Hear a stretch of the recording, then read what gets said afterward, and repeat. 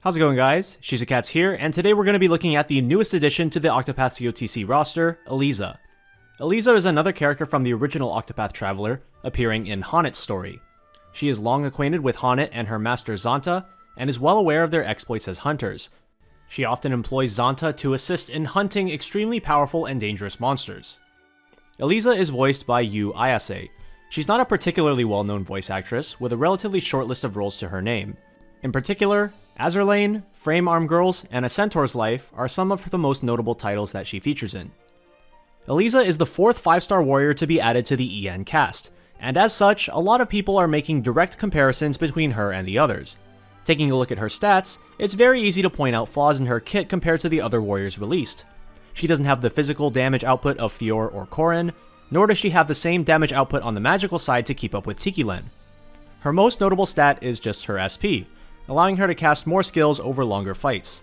At first glance, Eliza's stats definitely make her seem like she's a very suboptimal pickup compared to the other characters, but let's take a look at her kit next.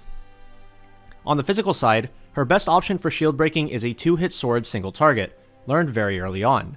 Soon after, she also learns a 1-hit sword nuke that inflicts 15% magic down. Both of these are fairly elementary options, but both have their uses.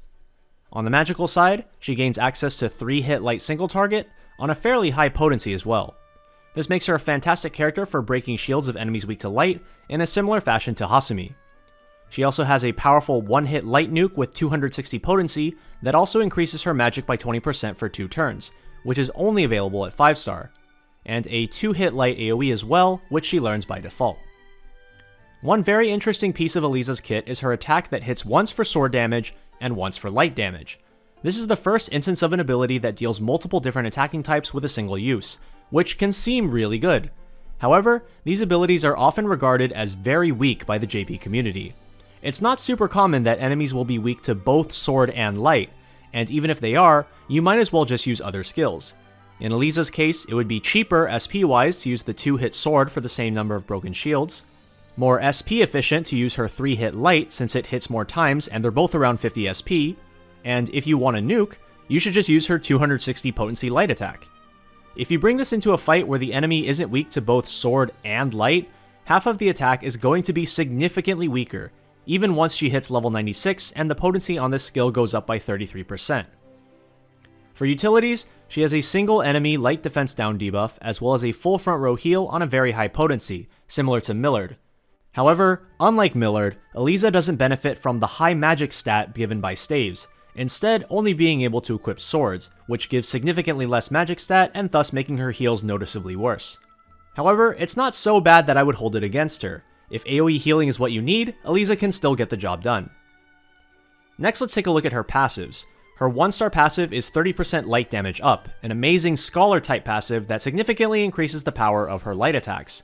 This also means that you don't need to equip any light runes on her, freeing up equipment slots for other useful items like beastly scarves to keep her HP high. Speaking of keeping her HP high, Eliza's second passive requires her to be at full HP in order to activate, but it gives herself and her ally in the same row an additional 20% magic up constantly.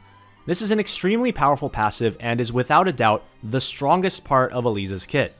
Eliza sees a lot of use simply as a back row unit to give an additional 20% magic to the unit in front of her at all times.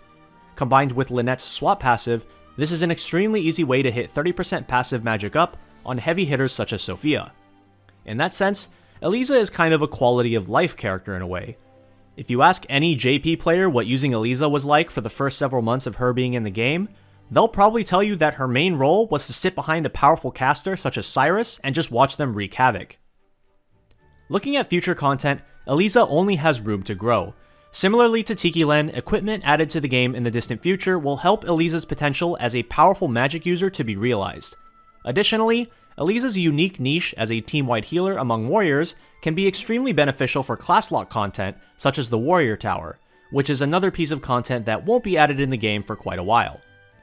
As far as a recommendation on whether or not you should roll for Eliza right now, my personal opinion is to not roll, as I don't feel Eliza offers enough in her current state to warrant using your rubies specifically to try to get her.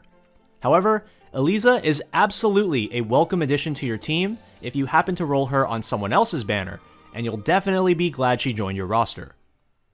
And that wraps up my character overview for Eliza. I think it's pretty interesting that they released Eliza right after H'aanit, since the two are associated with each other in their stories. I wonder if this means that they'll release Xanta soon as well.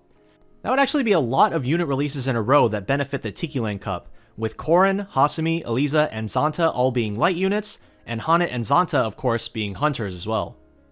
Anyways, as usual, if you guys have any questions, feel free to leave them down in the comment section below. And until next time, this has been CotC. See ya!